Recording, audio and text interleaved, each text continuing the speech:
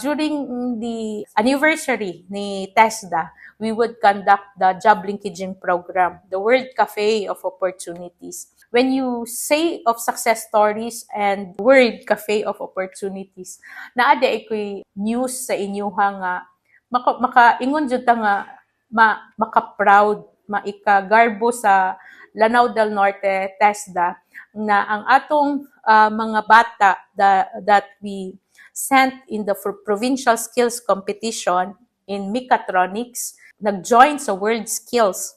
They were able to get a bronze in the World Skills ASEAN.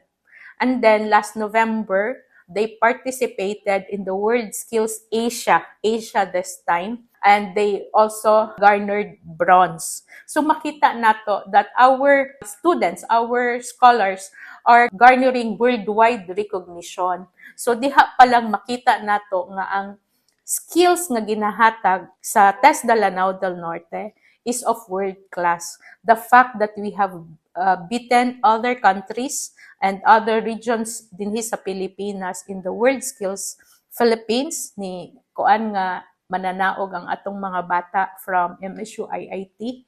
I am very proud of their success. So it's truly a success story, if you can call it a success story. But for me, it is the fact that we are giving world-class trainings to students. And I think they are preparing to participate in the World Skills that will be held in Shanghai sometime in September. So makita nato in mechatronics, usually ang mechatronics is a trade area na ang ga-excel are from NCR and in Davao region.